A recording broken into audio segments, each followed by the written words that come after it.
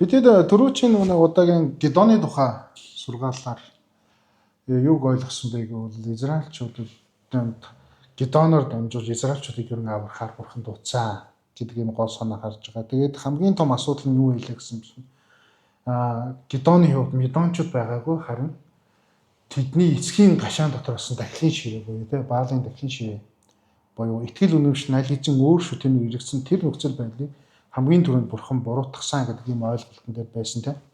Харин одоо яаж байгааг бол Гедоныг жинхэнэ нөгөө нэг Меданчуудаас аврахын тулд дуудсан гэдгээ бурхан сануулахаар ирж байгаа. Тэгээд энийг ярихын тулд эхлээд нэг ийм надад тохиолж ирсэн хэдэн жишээ ярих гэсэн. Тэрний яг бол одоо би ч нэг 24-тэй байсан юм уу да. Би ч 24 настайд ариун үргээгөө чуулганыг ахлагчаар юм үйлчлэх юм нөхцөл үүсэж байгаа байхгүй. Өөрөөр хэлбэл тухайн үе чинь 24 гэдэг чинь нэлийн залуу нас шүү дээ. Одоо эргээд харах юм бол тэгээд тэр жоохон залуу одоо нэг бүхэл бүтэн чуулган хариуцна гэд хариуцаад үйлчилж эхэлж байгаа байхгүй. Тэгээд тэр үед миний нэг юм хүсдэг нэг тэмдэг байсан. Тэрний үг бол цуглаандаа үйлчлээ нэг буцаа авч явах нэг 500 төгрөг олдоосаа гэж. Яг бол тэр 500 төгрөг олдоод нэг суугаад нэг микро цугаар гэртээ авч чадах гэдэг байхгүй нэг алхаж биш те. Тэгэхээр одоо үеийн нөхцөл байдлаас эргээ харах юм бол тухайн үед үйлчлэхийн тулд энэ хол алхаж очижсэн учраас буцаад харих 500 төгрөг хэрвээ та байдаг юм бол гэж их гой залбирнаа.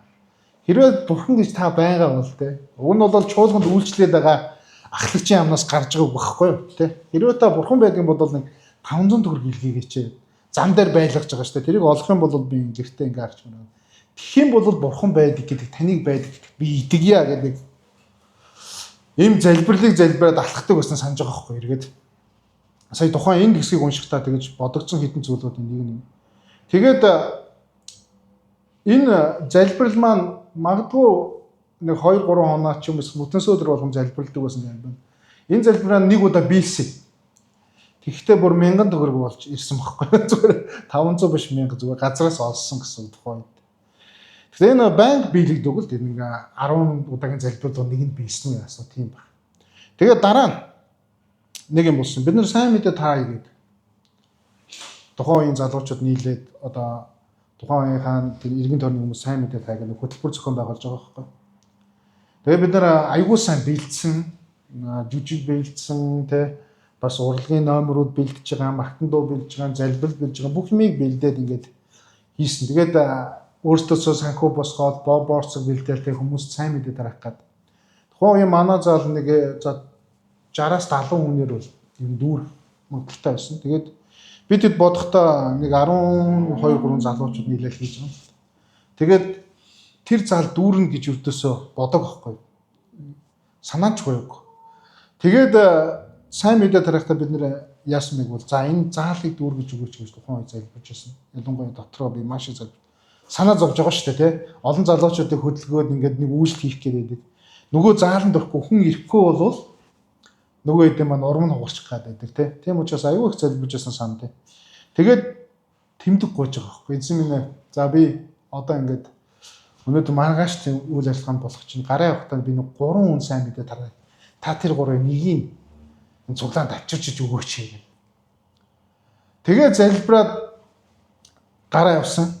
Тэгээ замдаа нэг таарсан 3 хүндээ сайн мэдээ яриад нөгөө урилгаа өгөөд маргааш юм болно гэдэг. Тэгээд энэ дээр нэг айгүй гоё тэмдэг гэх юм уу да. Би өөртөө хүсэж байгаа шүү дээ. Энэ 3 хүнээс ядаж нэгийг авчирч өгөөч гэж. Тэгээд залбираад явсан маргааш оройн 6 цагаас нөгөө хөтөлбөр маань эхлүүлэх гээд тэгээ байжсэн чинь яг 6 цаг гэж яхад миний тараас нөгөө сайн мэдээ ирээсэй гэж тараасан хүмүүсээс нэг нь биш бүр гуруула яг хамгийн их нэгний дээрээ суудсан байсан. Тэрийг хараад юу гэж бодогцсон бол за бурхны хүсэл энэ яг цаг мөчид сайн мэдээ тараагдах энэ үйл ажиллагаа явуулах нь бурхны хүсэл байж гэдэг ийм ойлголтыг тухайн үед дотор авч ирсэн. Тэгэд энэ нь бол яг хуу миний хувьд бол энэ бол бурхнаас тэмдэг хүсч магадгүй үсчихсэн хамгийн анхны тохиолдол энэ байх гэж би өөрөө боддог. Гэхдээ бурхан надад тэр миний хүсэл залбирж исэн залбирлыг 100% давуулан биелүүлэх гэх юм уу. Би 3 хүнээс нэгийг гойсон харин бурхан гурвуулангийн тэр газар илгээгээд сайн мэдээ сонсох. Тэгээд тэр заалыг бүр хүмүүсээр дүүргэсэн тийм үчиг бий болгож ирсэн. Тэгэхээр бидний залбирал ялангуяа бидний эргэлзэж байгаа айдас тун залбирсан залбирал биелэх хүслийг магадгүй тэмдэг хүсэж байгаа тэр одоо залбирлын маань бурхан давуулан биелүүлсэн. Харин өнөөдрийн бидний унших хэсэг бол Гедоны бас бурхан дотор эргэлзээтэй тэмдэг хүсэж байгаа нэг юм хэсэг байна. За эндээс би уншаад өгье. Шүүгчд номны 6 дугаар бүлгийн 36-аас 40-р ишлэл. За энд ингэж байгаа. Ингээд Гедон бурханд хэрэг та айлцсан ёсоор миний гараар Израилийг аврах гэж байгаа бол харагтун би хэрэгсэн ноосыг өтрмийн шалан дээр тавина. Хэрв зөвхөн ноосн дээр л шүүдэр бууж хамаг газар хуурай байвал та амлсан ёсоор миний гараар Израилийг аврах болно гэдгийг чинь би мэдье гэв. Тэр ёсоор болов. Гедон өглөө нэрлэн босоод нөгөө ноосоо мушгин шүүдэрийг шавхсан аяг дөрвөн ус гарав. Тэгэхэд Гедон бурханд би дахин нэг ярихад таны хилэн миний эсрэг бүү шатаг. Энэ ноосоор дахин нэг өдөр шалгаж үзхийг зөвшөөрөөч. Одоо энэ носыг эс норгон харин бусад бүх газар шүүдэр болгож өгөөч гэв. Тэр шөнө бурхан тийм үйлдэв. Зөвхөн ноос хуурай байж харин бүх газар шүүдэр буусан байваа. Гэсэн юм жил баг. Гедоны тухай энэхүү хэрэг нөхцөл байдлыг хэдүүлээ харах юм бол маш гоё нөхцөл байдал харагдаж байгаа тийм. За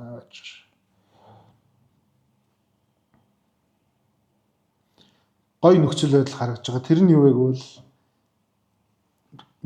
Гедоны залбирал буюу бурханаас гуйж байгаа тэр зүйл нь тэмдэг нь яг хүснээ нь болж.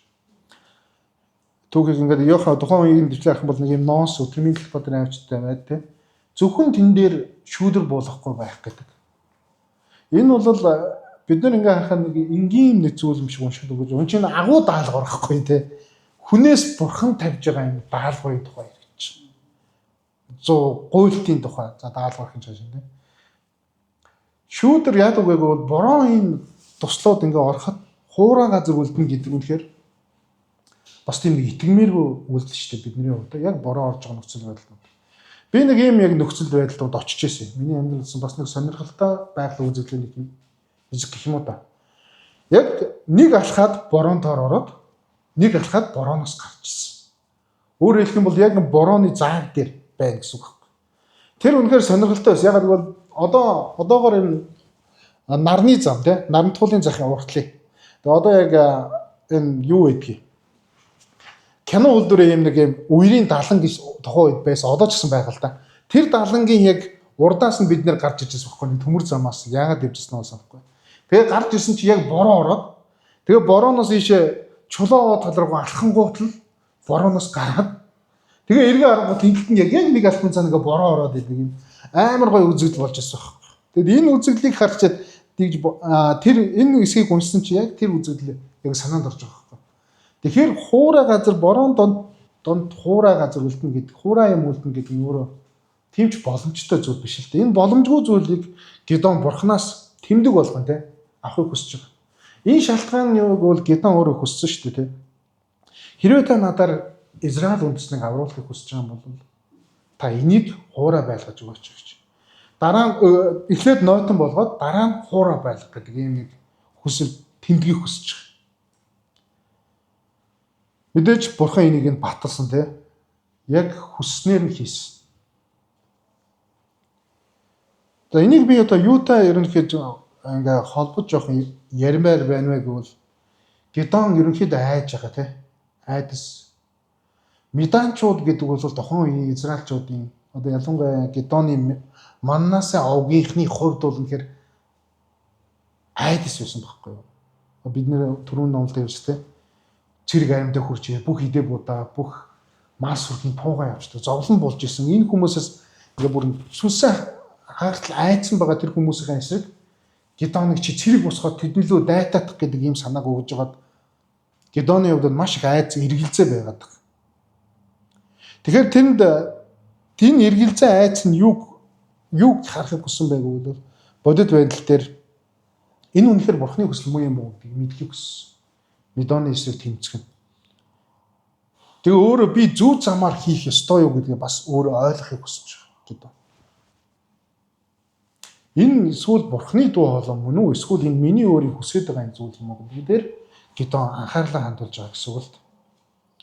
Хэдийгээр бурхан түүнтэй Израилийг авнаа гэж амласан боловч тэр баталгаа дахин хүсэж байгаа. Нэг ноосны тухай яриад байгаа юм шиг бол энэ бол бурхан та үнэхээр надтай хамт байх юм уу гэдгийг баталгааг л хүсэж байгаа. Өөрөөр хэлэх юм бол яагаад энэ баталгааг хүсэж байгаа юм бэ гэдэгт бид нар бодох хэрэгтэй. Яагаад бол тухайн Израильчууд Гидеоны тэр зэрэг аим сул дорой авахгүй Медончуудыг эсрэг босгоход хитрхи сул дорой. Одоо бид нар ч гэсэн заримдаа тэгж бодох хэрэгтэй. Бид нар ч гэсэн одоо гараад энэ дэлхий дээр те амьдрахад хитрхи сул дорой байгаа шүү дээ. Бид нар ч сул дорой мөн те. Гэтэл бурхан биднийг хүчрхэг байтыг гэдэг байгаа энэ заавар зүйлсэн ч донд бид нар ороод урагшлах гэхээр эргэлзээ, айдас, түгшүүр одоо юу гэдэг юм те. Тэр бүхэн мэдрэгж байгаа энэ үед бид нар бурханаас зарим үед тэмдэг өгж яагаа болохгүй гэдэг ийм санаа энэ дээр цохолсож гарч ирж байгаа байхгүй. Энэ дээрээс тэгээд бас нэг ойлгоё гэж бодсон зүйл нэг үеийн бол энийг Гидеон ийм тоглоом тоглоод байгаа юм шиг бурхантай тий. Би чамаа баатар болгоно л гэдэг чинь. Би чамаар Израилийг авруулна гэдэг чинь. Ахин дахин нэг юм жоох ноос гаргаж ичээл тавиал тий. Энийг норог эсвэл энийг хуурай байлгах гэл бурхнаа дайжигнаад байгаа юм. Гэтэл бурхан яг тэрийг хийгээд байгаа тий гол нь. Бурхан ингээ харахаар бид нэг бурхны энэчээс нэг үнцгийг харж болж байгаа. Тэр нь юу вэ?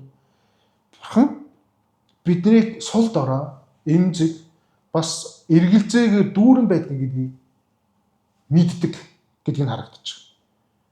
Тэдний зүрх сэтгэл нь эргэлзээтэй байгааг шаналж байгаа Гидеоныг мэдээд айдастай байгааг мэдээд яг бүр айдсын даван туулах эргэлзээг нь гартхан тэр ноосыг хуураа ноотон гэж болгож байгаа шүү дээ.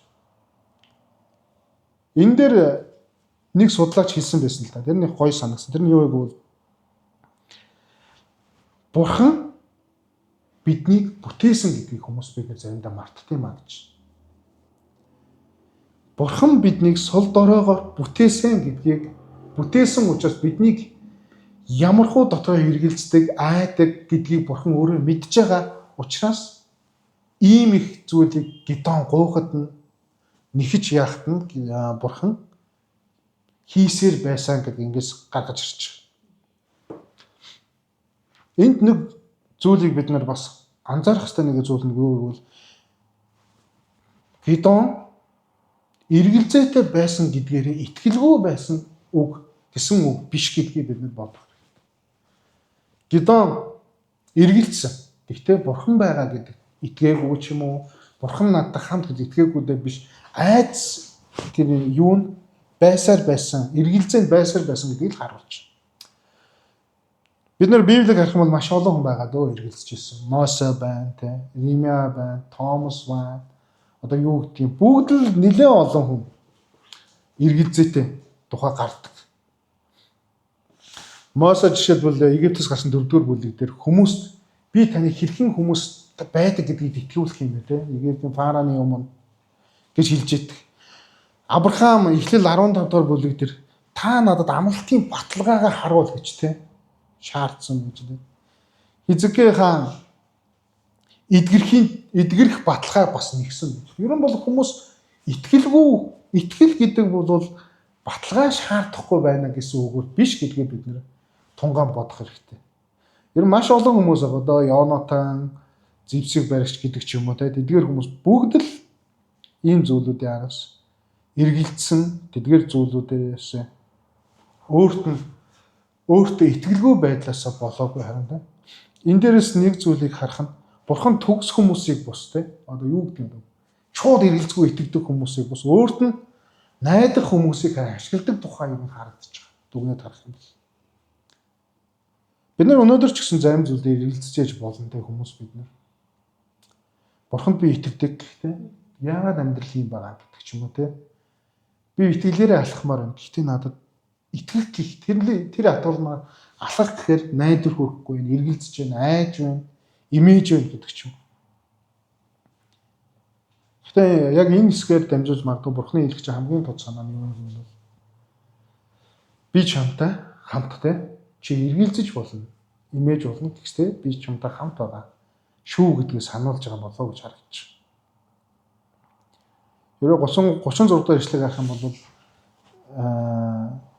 Гидеон те хэрв та Израилийг миний гараар аврах гэж байгаа бол гэж ерөнхийдөө ийм санаа гаргаж байна. Тэр нь Бурхны хүслийг л мэдхийг хүсэж байгаа те. Та надад ингэж ирсэн би харин одоо эргэлзэж чинь те. Би бол сул дорой хүн учраас энийг хийж чадахгүй гэж магадгүй гэдгийг эргэлзээ төрсэн байгаа хүмүүс үүднээс харагдаж байгаа.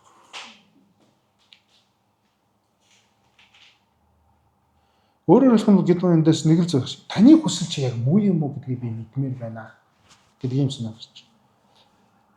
Өнөөдөр бид зарим хүмүүс асуудал орохороо эсвэл урагшлах гэхээр нэг шийдвэр гаргахын өмнө очихороо дандаа юутай тулдаг лээ те. Эргэлзээтэй те.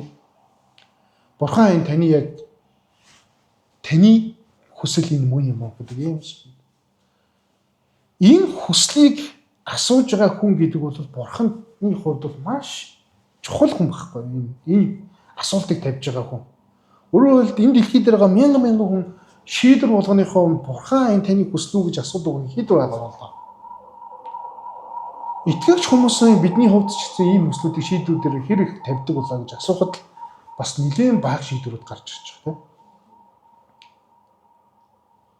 Зарим бид нэр тэгдэж штэ. Ер нь бол зарим үед бид өөрийнхөө хүслийг Бурханаар батлуулахыг хүсдэг тийм. Би ийм юм хүсэж та энэ хүсэл маань зөв буруу та батлаадаг гэж. Гэтэл Гидеоны энд гаргасан санаа нь аягүй гоё байхгүй. Бурхан таны хүслийг би мэдхийг хүсэж байна гэдэг ийм санаа гарч ирж байна.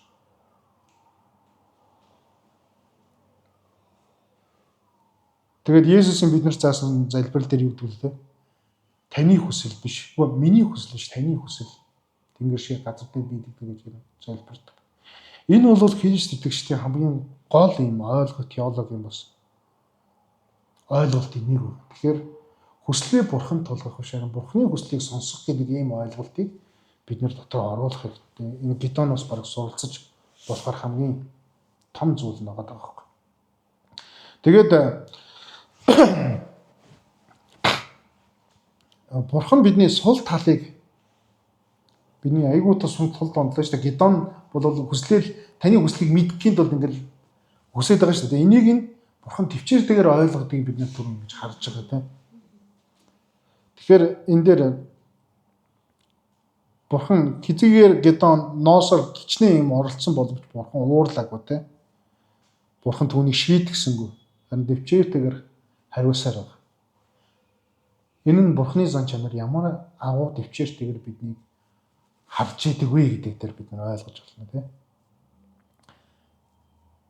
Дуулал 103 дээр 103:14 дэх эшлэл дээр юу гэдэг вэ?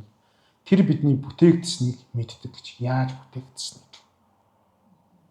Бидний дотор айцыг мэдэрч байгаа, бидний дотор гэмшлийг мэдэрч байгаа, бидний дотор байгаа эргэлзээг мэдэрч байгаа тийм. Бидний дотор байгаа сул дорой байдлыг ч мэдэж байгаа. Тэгэл тэр тийм учраас бид нар төвчээртэй хандж.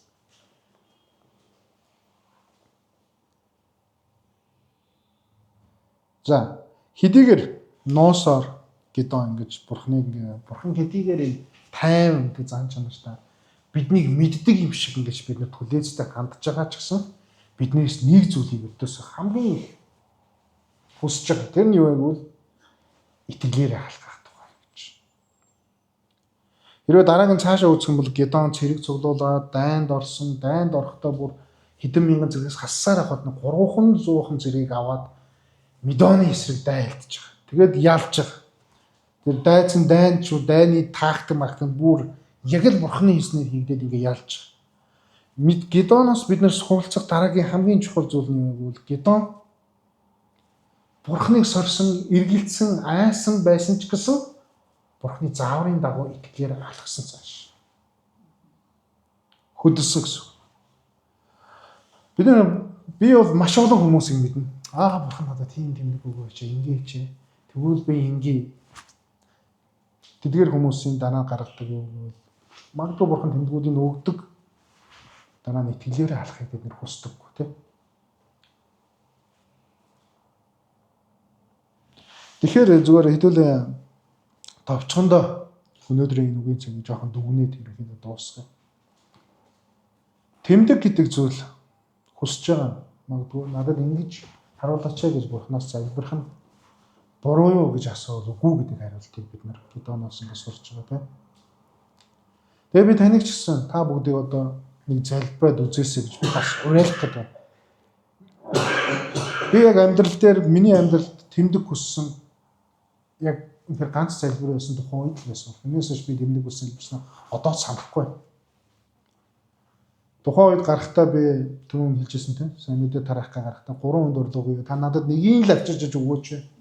Тэгвэл би таныг үнэхээр амьд бурхан муу юм байна гэдэг юм мэдрье гэж цуглаандаа залбираа гарч ирсэн санагдав. Тэгээд хамгийн гайхамшигтай бурхан өөрөө тэр зүгээр сайн мэдээний хууц тараас нэр 3 дангийн цуглааны сандал дээр авчиж ирээ суулгасан байхгүй. Энүүгээр би юу хэлэх гээд байгааг бол бидний итгэдэг бурхан бол амьд бурхан, ажилдаг бурхан. Дээрээс нь бидний залбирлыг, бидний эргэлзээтэй, бидний сул дорой биеийг манд хамгийн сайн мэддэг бурхан. Чи түүний төлөө, түүний хүслийн төлөө залбирх юм бол энэ биелэхгүй байхыг боломжгүй. Бүх залбирч магадгүй биелэх байх. Гедеон хүртэл гуйж байгаа шүү дээ. Энэ ноосыг усгүй байлгаад бүх газар хэрэн унцсан мөртлөө энэ ноосон дээр хэрэн унахгүй. Чи боломжгүй байхгүй юу те? Байгалийн гайхамшигт үзэгдлүүд гэж байгаа. Тэ энийг бодохноо энэ залбирал дээрээс харах юм бол ийм нөхцөл байдал маш тодорхой нөхцөл байдал хүнд ч гэсэн бурхан маш тодорхойгоор ажиллаж байгааг харах үнэхээр гайхалтай харагдаж байна. Тэгээ итгэлээрээ алхна гэдэг биднийг ойлгож байгаа бурханд харин бид нар юу гэж байна? Ийшээ миний хүсэл энэ байна. Энийг хийгээч гэж байгаа энэ зүйл тань дуулууртай итгэлээр алхах нь хамгийн чухал юм шүү гэж хэлэх гээд байна. Танаас нэг хэдэн асуултыг асууя л та. Зарим нэг зүйлд шийдвэр гаргах асуудал байна уу те? Одоо яг миний сурах сэтгэлч гэсэн. Ямар нэгэн зүйл хийх гэсэн чи айдас байна уу? Нэг шийдвэр гаргасан чи маш их эргэлзээтэй. Та дотор бодвол тунгаа энэ болохгүй бүтэхгүй гэж бодсоор байна уу те? Ирээдүйнхийн талаар санаа зовнол, эргэлзээ, зовөр одоо юу гэдэг юм? Тэдгээр зүйлүүд байгаа бол Гедеон дээр ажилласан гэх юм уу те? Гедеоны залбирал дээр ажилласан бурхан өнөөдөр ч гэсэн байгаа гэдгийг л та сануулах гэсэн. Гедеоны залбирлыг сонсоод ноосыг ногоогүй бурхан өнөөдөр таны залбирлыг, асуултыг сонсож байгаа. Таны сул талыг, таны болдгоо талыг ойлгож байгаа. Мөн бидний итгэлээр алхахыг л яг дуудаж байна. Тэгээд таныг биес ингэж залбираад өнөөдрийг хамтаа залбирая гэж уриалах гэнэ. Бурхан минь те миний эргэлзээг даван туулах итгэлийг надад өгөөч гэж. Эргэлзэг. Магадгүй зарим нэг хүмүүс надад чуулгандаа очих гэхээр эргэлзээ те санаан зовоод айгаа суужж магадгүй. Зарим хүний хувьд гараад алхаад нэг шийдвэр гаргах гэсэн чинь тэр шийдвэр дээр эргэлзээ тулаад эзэн минь таны хүсэл аль нь вэ гэдээ эргэлзээ суужж магадгүй. Тэр бүх шийдвэрүүдийг гаргах хад туслах амь бурхан Гедеон дээр ажилласан. Тэр том талбай бүгдийг нь орхисоо зөвхөн ноосыг ногоогүй бурхан таны залбирлыг одоо яг сонсгож байгаа байхгүй. Тэгэхээр хамтаа түнлүү хандаад залбирцгаая.